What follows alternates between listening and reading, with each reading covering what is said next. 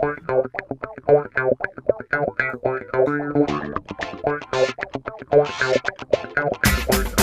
everyone, and welcome to Open Door Philosophy, a podcast where a high school philosophy teacher, that's me, and his former student who's currently studying philosophy in college, that's me, unpack a variety of big philosophical concepts in an understandable way, all towards the purposes of living a good life. Welcome to episode 8.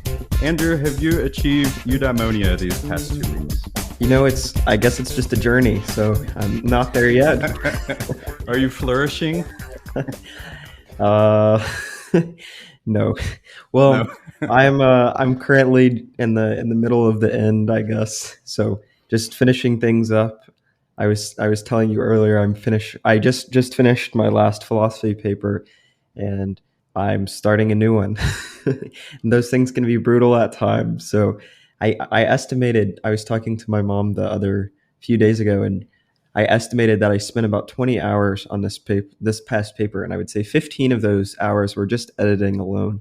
So I am not really excited on revamping. What about you? Have you started on the path, or are you almost there? Well, I mean, Marcus Aurelius says the obstacle becomes the way. So Right. I guess they're on the path whether we like it or not. Sure. Yeah. No, things are good. Things are super busy. It's that time of the year. If you're in the academic world, there's certain predictable cycles, and it's nearing the end of the term. So I have been reading a lot of research papers. I feel like sometimes it feels like that's all I've been doing, but that's okay. That's good. Summer is coming, as they say. You've been on those research papers for about a month, haven't you? Right. Well, yeah, I think I mentioned in a previous episode, we're going through the editing and revision process. So right now I am grading the final draft, and I have, after this podcast we record, I have 5 left. So that will take goodness. Yeah. So the end is in sight, which I'm very happy for. But all is well. It's a beautiful day outside, and perhaps if it remains so, I'll finish those essays outside. I might have said that in the previous episode. You did. I'm pretty sure. Yeah. Well, I do love being outdoors, especially this time of year. And for us Houstonians, another couple of weeks, it'll just be, outrageously hot and muggy for 5 straight months. So enjoy it while you can. All right, guys. So for the main part of our episode this week, wanted to cover a book that has been really significant in my life, or it's one of these types of episodes that I've probably overthought because it's such an important book to me that I want to do a good job in relaying it to the world. But it is a book called Falling Upward, A Spirituality for the Two Halves of Life. So it's written by a guy by the name of Richard Rohr. He's a Franciscan priest. You can call him Father Rohr, and he's fine with that. But a lot of times in the interviews I've heard with him, he's like, Richard's fine. But he's a Franciscan, and he's a priest in the Catholic Church. He is the founder of the Center for Action and Contemplation in Albuquerque, New Mexico. He's quite prolific. His most recent book just came out in 2021. I have not read it yet, but it is in my stack. It is called Order, Disorder, Reorder, The Wisdom Pattern. But of his books I have read in 2019, The Universal Christ, Immortal Diamond, and Everything Belongs, The Gift of Contemplative Prayer. But the book that I really want to talk about here today is Falling Upward, Spirituality for the Two Halves of Life. I've read it 3 times in the last 6 years. So here's Rohr's basic thesis, right? So we have in our lives 2 halves. Like our lives is split up into 2 halves. Now I want to say at the outset, this is metaphorical, all right? It's not chronological. When we say the first half of life and the second half of life, that is a particular mentality, a particular way of viewing the world and being in the world. It's not necessarily from the ages of 0 to 50 or whatever. So first half of life, second half of life. There's another author by the name of David Brooks who came out with a book a couple years ago called The Two Mountains. And that's very similar, right? Like the first mountain is your first half of life, the second mountain is the second half of life. But here's the basic thesis, and we'll have Andrew jump in, and I'm really curious what he thinks about this. So the first half of life, again, it's not chronological, and you might enter the first half of life at anywhere. There are people, Rohr says, that are second half of life people, even in their early 20s. But the first half of life is what he calls container building. And what you're doing is you're creating order in your life. Like the first half of life, he calls a very necessary, ego driven period as you as a person is building what he calls your life container. So that's like throughout your teenage years and into early adulthood, you're beginning to move out from the bubble that you had grown up in with your family and community. You're moving out to the world. You're beginning to form your own beliefs and ideas. So you have these containers he talks about are things such as like identity. Who are you as an adult? Your career, building your career as you're moving along through your 20s and 30s. You might eventually start a family, working on financial security, and certainly your reputation as you are in your public life, as well as your professional life and your personal life, in your moral belief structure, all of these things. This is container building. And then at some point, there will be a situation that occurs in your life where all of those types of things that you have built, that you have created, that you believe are so incredibly concretely true, something will occur in your life that will just completely wipe all that stuff away and it'll show you how the things that you believed in life that were so solid are just nothing but illusion. And so the second half of life, after you've gone through this transformational situation, whatever it is, it's usually almost always a tragedy of some kind.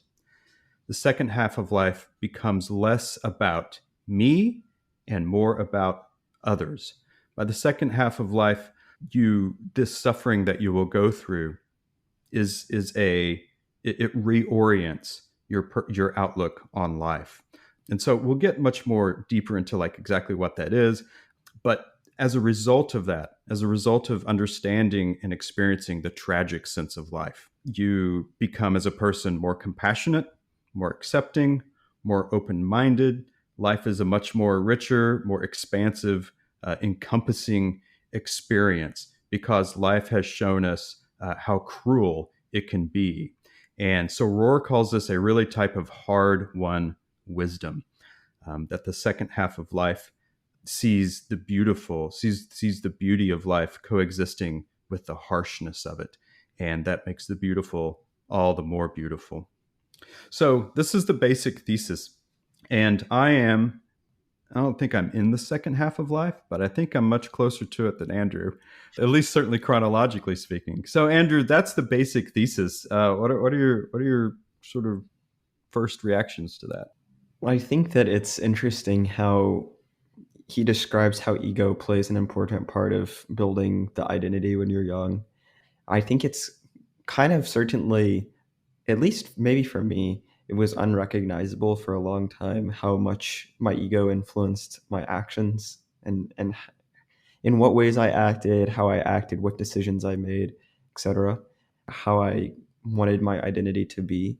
And then I don't even know how I even realized that. I think I was reading a book on meditation and it was like, oh, the ego is a thing. It wasn't like going into a psychology class and then learning about, the ego, the super ego.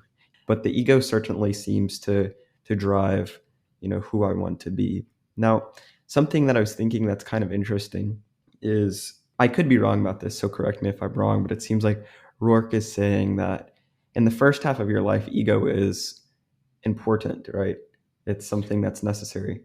Yes, he calls it necessary container building. Like you can't get out of it. This is part of the cycle of like the entire arc of the human experience. When you're in your teens and then in certainly your early 20s and even 30s and 40s to some degree, you're still building that identity that you can take rest in later in your life. That you have confidence in who you are as a person, your moral beliefs, and all those kind of things. Right. So I don't know. I'm obviously, well, not obviously. I wouldn't say it. But I'm not an expert on many things, right? But it seems like in a lot of other traditions, there's an emphasis on just kind of removing the ego entirely. I believe in a lot of Eastern traditions, at least, I took a class on Buddhism last semester, so I'm definitely not an expert, just skimming the surface, but I believe that's something that's important in Buddhism, removing the ego because it drives you to act in ways that you wouldn't. And then I was reading, I think it's in book 4 of the Republic, he's saying he wants reason to drive instead of the spirit, which I guess could be something kind of like the ego, I guess. I don't know. I don't know how to translate Plato onto modern psychological thinking. But in Rourke, it seems that there's an emphasis on ego in the first half of your life. But in other traditions, I guess, it seems like you want to eliminate the ego as soon as you can. So I'm kind of, like you said, I'm very young. Obviously, I'm in the first half of my life. So I'm thinking, like, if I want to remove my ego, if my ego is bad and it's causing, well, I guess it's not agreed upon that the ego is bad, but I'm thinking, the ego does cause me to act in ways that I perhaps wouldn't later in my life. Why should I be following it like now, if it's causing me to act in ways that I might regret, or even if it is causing me to build this identity. I don't know. I don't know. This is a very long-winded ramble, but it seems like there's some friction upon some traditions, that make it seem like ego can exist and not exist. It's good and it's bad for an individual. Yeah, no, that's an interesting tie-in, and Rohr is very, very ecumenical when it comes to very pluralistic when it comes to other belief systems. Yeah, certainly Buddhism, Taoism, these types of Eastern religions warn against the ego, and even with Stoicism to a degree, says the more we can let go of our ego, at least the negative parts of our ego, the more at peace we will be. And I think Rohr's perspective on this is that, ironic as it sounds, it's important to build the ego so that finally we're able to walk away from it. Hmm. Like, it's a real irony here, he. So one of the images or examples that he references frequently through the book is Odysseus and the Odyssey, the great Greek classic. And you take Odysseus, right? And he really had everything you would want. He had a kingdom, he had wealth, he had a wife, and he goes off to fight in the Trojan War. Well, the Trojan War takes 10 years, and then once the Trojan War is over, he sets sail for home, and that takes 10 years. So he's gone for 20 years, and then when he returns, there's all these suitors, and they're trying to get his wife to marry them, and his son Telemachus, and all this sort of stuff. But after this experience of being gone for 20 years, he comes back a different man than when he left for the Trojan War initially. And so he's much more able to handle the situation in a way that comes out as a successful result for him, as opposed to if he were just stuck in the first half of life type thinking. He is humbled by his experiences, and through that humiliation, through that suffering and that struggle, he's become a wiser person and can approach these suitors in a clever way, more so than just coming in with a blind rage and trying to slaughter everyone and and all this sort of stuff, which is a very egoic sort of notion. Yeah, so it is ironic. Rohr says, I can't remember where in the book, but he makes an allusion to a house. The first half of life is you building this house, this container, and it needs to have strong walls and a strong foundation so that, ironically, you can leave it. And it's that leaving that's important. And he says, not all people leave it. Like, you have people who are in their 80s who are still in the first half of life in terms of that type of thinking. In fact, the last thing I'll say about ego, I suppose, one of the questions, and we'll get into suffering here in a bit, but one of the questions is, why must we suffer to reach the second half of life? He says it's all because of ego. He says there's no other way the human ego will give up control and hand over control until it absolutely has to, through the suffering. He says, why would we want to suffer? He says, the 12-step programs have all discovered this. They call it the first step, which is the admission of powerlessness. That's what suffering brings us to. But who of us would want to take on suffering voluntarily? voluntarily. It pretty much has to be forced on us through suffering. So there is such a thing as like ego work or soul work, as he calls it, and that's the work of letting go of the ego, even though it's important to build it. It is an irony, I will admit. It almost kind of reminds me of Stoicism. I know, I mean, I don't want to go back into the past episodes where we talked about Stoicism a lot, but I remember that, I forget, maybe this was Seneca? I believe there's points in Stoicism where it's like you should subject yourself to suffering if you can, so you can realize that, you can realize what's necessary and what's not. And to do that, I believe, I forget who it is, like I said, but I know somewhere in Stoicism literature there's a, I guess this, I'm pretty sure it's Seneca, where he would go out on the street and he would live in, I guess, homelessness, even though he had this great wealth and, he was a tutor and all this stuff. And he had great wealth, but he would leave it and he would go live on the streets for, I don't know, a few days or something without any of his wealth and just live as a beggar. And, he was experiencing suffering and all of that, I'm sure. But to do that, he also had to remove his ego from the situation, right? He had Mm-hmm. to take that step back.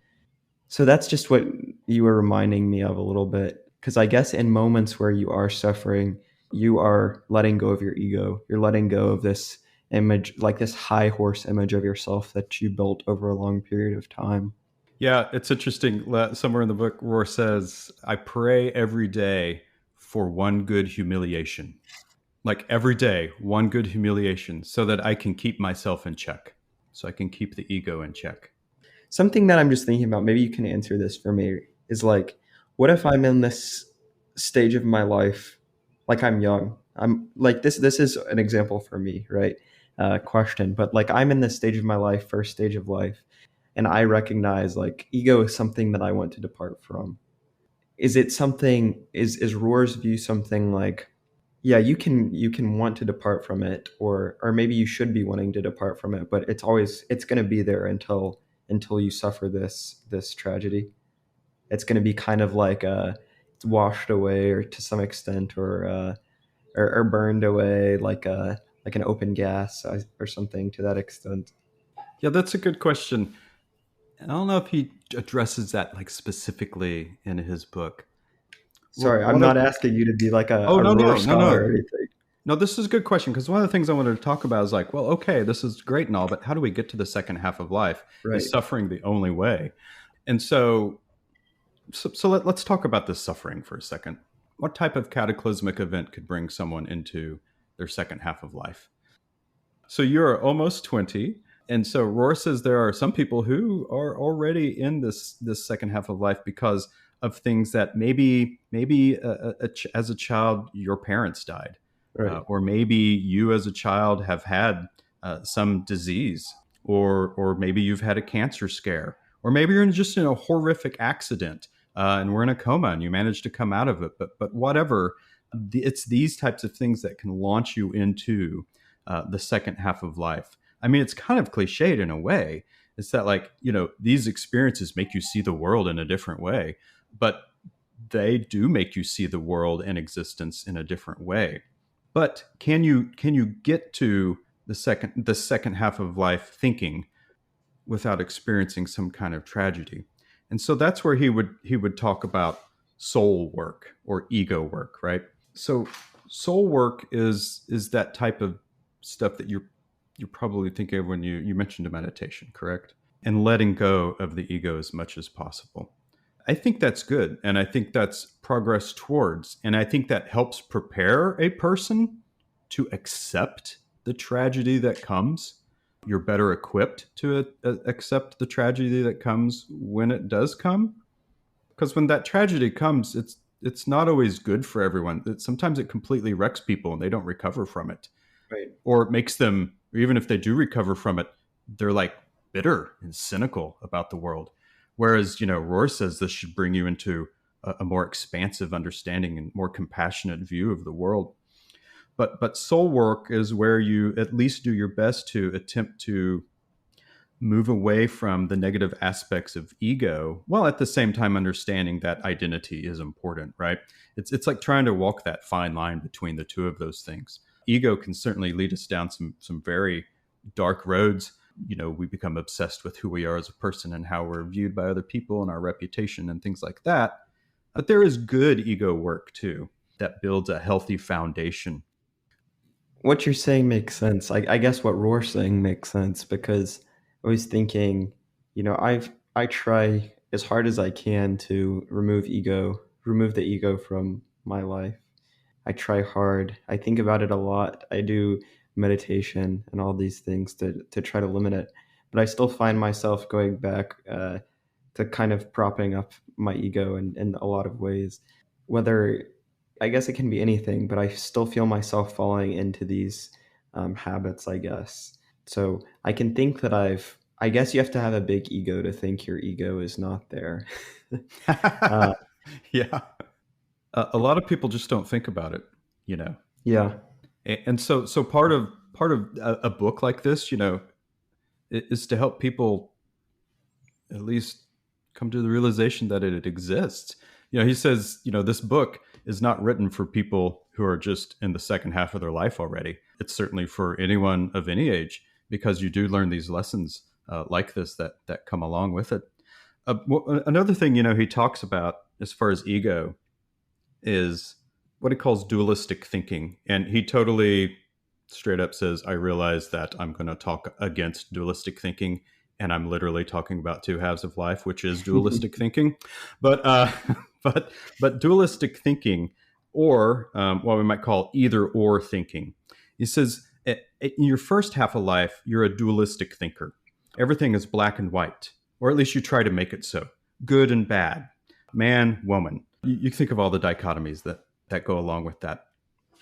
He says we need good dualistic thinking for many aspects of our life, right? Like to be an engineer, you need to have good dualistic thinking. To drive a car, you need to have good dualistic thinking, to be a mechanic, to be a medical professional. All these things are decisions between this or that. And that's very important. But there are certain things in your life where like dualistic thinking hits a ceiling and it can go no further. You have to expand the categories to deal with to handle with what you're dealing with in life. When you encounter those contradictions that exist in life, either or thinking or dualistic thinking doesn't do the trick. So he talks about transitioning to a both and thinking, a non-dualistic type of approach to things. Hey everyone, Mr. Parsons here. We hope you're enjoying the show so far and just wanted to take a brief moment to remind you about subscribing to the show on whatever platform you listen and giving us a positive review. It lets you know when new episodes drop and helps us grow the community around open door philosophy. Also, we hope you'll join us for our next episode, which will be on June 1st, about Friedrich Nietzsche. And we're very excited about our very first guest on the show, Nietzsche scholar Parson Knox. So tune in, and thanks for listening, guys. Now back to the show. I was wondering if you have any good examples of someone or something that kind of demonstrates that or exemplifies this transition. Well, I don't have an exact person, but there is an example from World War II and the Japanese soldiers. So think about a soldier, like who a soldier is and what it is they have to do. Soldiers have to be dualistic thinkers. Like, you follow the command, period. Like, you don't question things. You go out and do it. And you do it for country. And you do it for your commander in chief. And there's no question about any of that, right? And so in World War II, the Japanese soldiers were, of course, incredibly dedicated to the national cause of winning that war. And even more so to the point, remember that many Japanese soldiers viewed their emperor as a god. So it was not only important for nation, but it was important for their emperor as well. And so once the war was over, you had this legion of men who were soldier mindset. They were first half of life mindset. And what the community of Japan needed was for them to let go of that and become someone important for their community. And Rohr calls this discharging your loyal soldier. I want to read from the book here for a second. He says here in the book, the Japanese communities created a communal ritual whereby a soldier was publicly thanked and praised effusively for his service to the people. After this was done, at great length, an elder would stand and announce with authority something to this effect: the war is now over. The community needs you to let go of what has served you and served us so well up to now. The community needs you to return as a man, a citizen, and something beyond a soldier. And he says, in his prison work that he did, haven't brought that up, but in his prison work that he did for 14 years, he talks with a lot of the prisoners about that, discharging your loyal soldier, loyal to whatever you're loyal to. It's important, like if you're a soldier, you've got to be loyal to that. You got to be loyal to country and nation and orders and all of that. But in order to be productive to the community, you've got to let go of that and become something more expansive. And I have a good example that I like to tie into that, which is the parable of the prodigal son from the Bible. For listeners who aren't familiar with it, you have this father who has two sons, and one son requests his inheritance before his father is dead, but his father gives it to him. And so this son goes off and lives a wild and crazy life, blows all of his money, engages in every vice you can probably imagine, while you have the other son who stays at home and is loyal to his father and serves his father's house and does all the things that he's supposed to do. And so when the younger son, the prodigal son, finally realizes that everything he's done has been folly, and the only thing he can do is go back to his father and beg to be a servant in his kitchen or something like that. He comes back, and his father is thrilled and throws a huge party and slaughters the best ox for the feast and gives him a ring and completely welcomes him back. And it's awesome. Yet we have the older son who stayed behind, the loyal son. And if you know the story, the loyal son is angry. He's angry that his father is treating this other son this way who has screwed up. The older son says, I've been here the whole time. I've followed every rule. I have been the perfect son for you. How is it that, you're not throwing this party for me? And that's kind of like first half of life thinking there. It's being so caught up in the loyalty, that either or, that dualistic thinking. It's being so caught up into that you can't recognize the beauty and the richness of someone who has just been completely been through it, even if it's their own fault, and finding that redemption within themselves. I don't know. That's something that always kind of pops into my mind when I think of this dualistic thinking and the discharging your loyal soldier. How does Rohr think about changing this way of thinking? Is it something that comes through the years, or is it something that you kind of have to work on? I think it's acknowledgement. I think it's definitely something you work on. It's that soul work, right? It's acknowledging that it's there first of all, and then doing your best to try to move away from that. In my own experience in life, the easiest thing to pick on right now is politics. It's just become so two camps lately in politics in the United States, where either you're with us or you're not. Either you're with us or you're against us. And, that's a dualistic frame of mind. You think of some of these really sensitive topics that come up almost on a weekly basis, it seems like, whether we're talking about gun control or transgender teenagers, or, you just pick your topic and you're either with us or you're against us. And that's dualistic thinking. And Rohr says, in order to be more expansive, in order to arrive at a more generous conclusion, we can't think of each other in that way. We have to accept that there is a broad spectrum of all kinds of things to consider when you say, I'm either a Republican or a Democrat, and you have to sell yourself, sell your soul to be one or the other. And life is just too nuanced. Life is too complex for most things to be in an either or category. You were telling me this before the show, and you said it in the kind of overview of Rohr, but I remember you saying that he was a Franciscan monk. And if you think about Franciscans, I mean, I don't know if listeners are quite as familiar as Catholic listeners might be, but Franciscans are these monks who are devoted to poverty, kind of like most monks or most priests, but they're devoted to total poverty. So most priests are paid like a monthly stipend, but these monks literally have nothing at all. And some of the really extreme monks, they just go live on the streets, and they give whatever they have to people around them. And I'm sure this shaped Rohr's thinking on this issue of what is it, non dualistic thinking. Mm-hmm.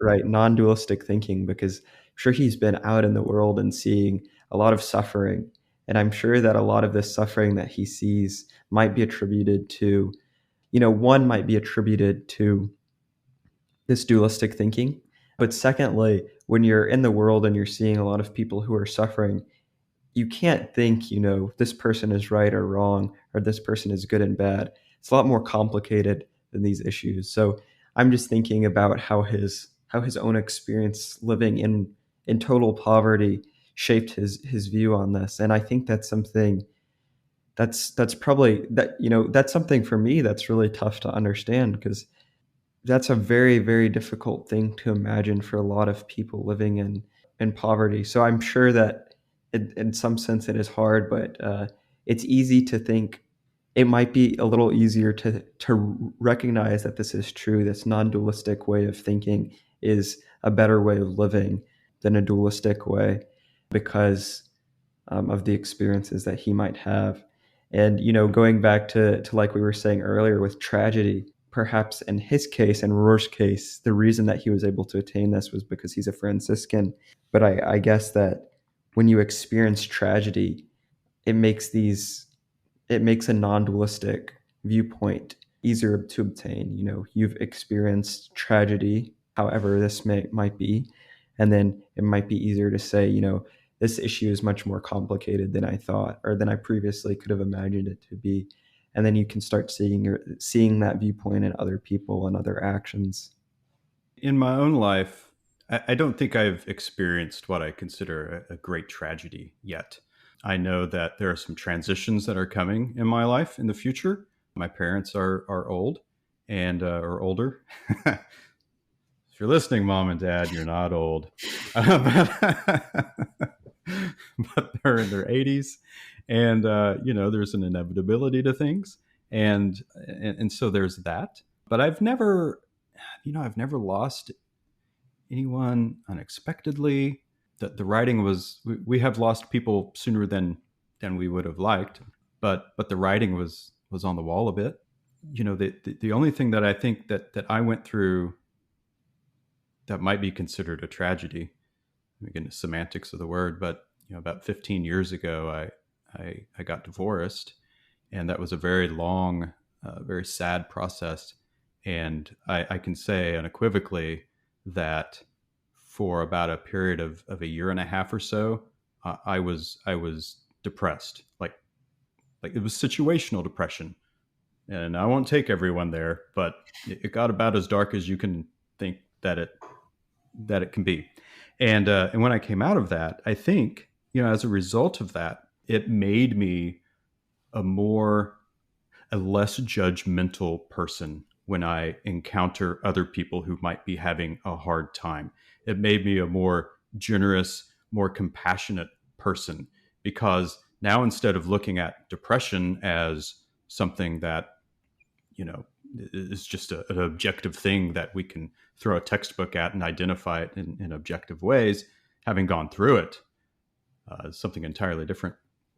And so I think that's what tragedy does for a person. When Rohr talks about moving into a more richer, more expansive, more encompassing experience, instead of either or thinking of people with depression like, oh, they're just that way, or oh, they're that way, or that we can be more open and generous. And it's not so much about whether or not they're really experiencing it like you think they're experiencing it, because that's not an issue when you're in the second half of life. I don't think you just accept the person for who they are and what they're going through, and you don't have to apply categories to them. You just need to love them. I think we say this in every episode, but our goal has been to provide listeners with a philosophy that's not abstract and not complicated, something that's not just about thought experiments, but something that you can apply to your own life, something that can help you live a better life. And I think that today's a great example of that. So I think that we can wrap it up and we can move over to the quote corner. All right, let's do it.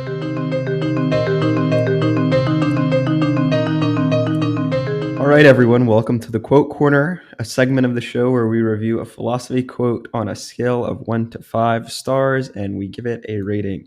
This week it's my quote, and because I am reading up on Cicero this week, I thought it would be very applicable to give a Cicero quote. I was going to do something that was pretty funny, maybe for another episode, but I figured we should do something more serious instead of a roast.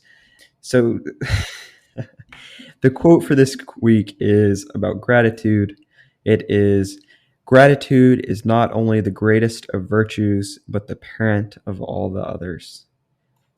Of course, that's from Marcus Tullius Cicero, not his other son, Marcus. But yeah, Mr. Parsons, what do you think about this quote? Well, my initial reaction, of course, is like, well, who says? Don't get me wrong, gratitude's fantastic, but it seems as though Cicero is positing this as the ultimate virtue from which Interesting, all right? other virtues come from. Like he says, it is the parent of all others, which that means every other virtue comes, courage comes from gratitude. Sure. And wisdom and temperance and all these come from gratitude. So I think it's a really great quote because I think really great quotes like make people think. And so this is certainly making me evaluate the virtue of gratitude. What's your take on it? I kind of thought about it in two ways, right? I thought about the same thing that you were thinking about. I was like, oh, who says? Just a little bit of context. Romans thought a lot about virtues. To be a Roman, you had to exemplify virtues. I think virtus, which means virtues, was literally one of the virtues, kind of ironic. So for Cicero to make this claim that gratitude is at the top of all of these virtues, all of these Roman virtues, which literally made someone Roman, is astonishing. And I think we should take it as something that's a big mic drop kind of statement. So when I was thinking about it first, I was like, if we have gratitude, or if we don't have gratitude, really, what is the point of all the other virtues, right? So if we don't have gratitude in our lives, really, what can we do? Like, what's the reason that we're doing everything for? And I actually picked this quote before we were on this topic of today about the ego, or about Rohr's philosophy on the two parts of life. But I think that it goes with it even more well, because perhaps in the first part of life we often, at least I do this. I often forget gratitude. I forget to say thank you, or be thankful of the things that I have.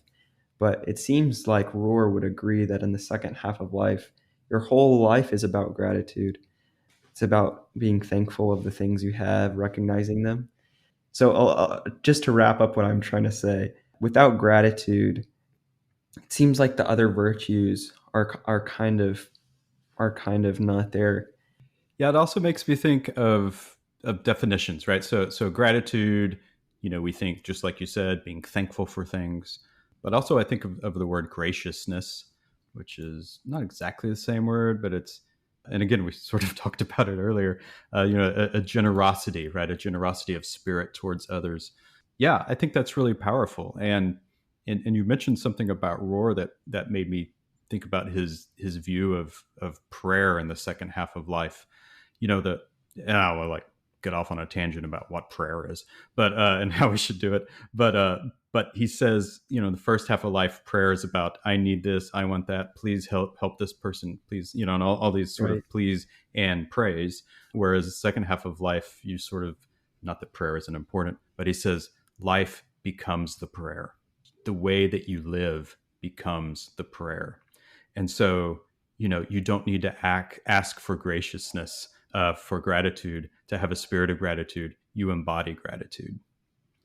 And by embodying that gratitude, that graciousness, you become the prayer. Got off on a tangent there. Yeah. Anything else about the quote? Yeah, I just want to address the last part because I wasn't happy with my explanation of my understanding of what Cicero means. It's the parent of all the other virtues. Yeah. Um, Yeah. because that's quite striking. You know, Cicero was notorious for being such a great writer. So he's not writing this out of, well, maybe he is. I don't think though that Cicero is writing this just out of fluff. I really don't. Or nor is I don't think he's making this to just sound cool. I think he really means it. So when I'm thinking, you know, gratitude is the parent of all the other virtues, like you said, it's kind of shocking. It's a big claim, but It is. when we think about something like one of the most famous virtues that almost all of these ancient thinkers agreed upon was something like justice. Justice was one of these virtues, one of the four cardinal virtues. I am quoting what I'm about to say somewhat, but justice, it doesn't seem like justice can really exist without gratitude for having the ability to be just.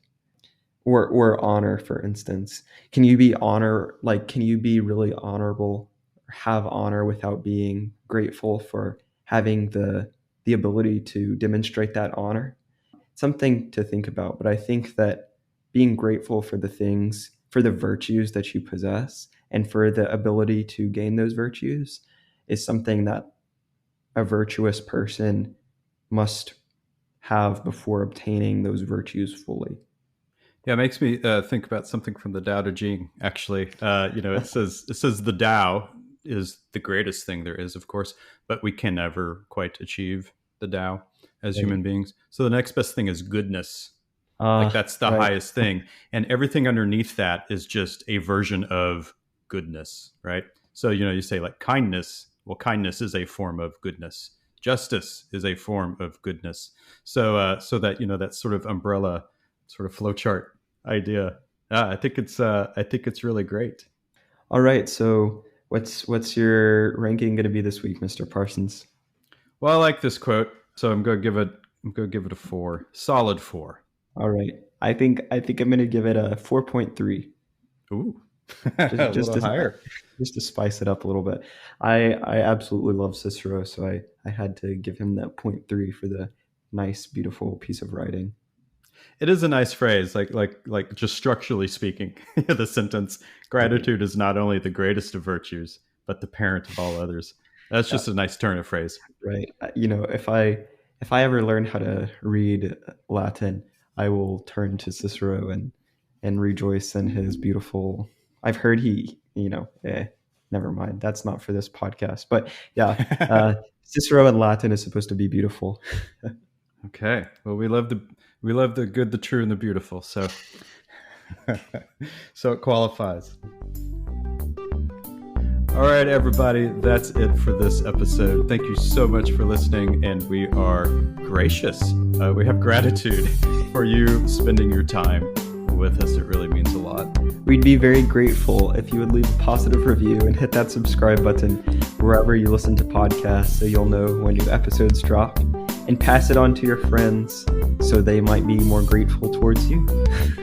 Oh man, so much graciousness. We'd be very grateful to hear from you too. If you'd like to tell us what you think of the show, you have a question you'd like for us to discuss, or you've got a philosophy quote that you'd like for us to rate, please email us at opendoorphilosophy@gmail.com. You can find all of the philosophy on Twitter and Instagram and on our website at Open Door Philosophy, where you can find many things, including our gratitude, about the show, including our book list, the quotes we featured, and any other media like photos we've mentioned in the episodes. It's pretty funny. I'd check it out if I was you. All right, thanks for listening, everyone. Go out there and live that non-dualistic life. We'll see you next time. And remember, when your life seems to be in need of some philosophy, the door is always open.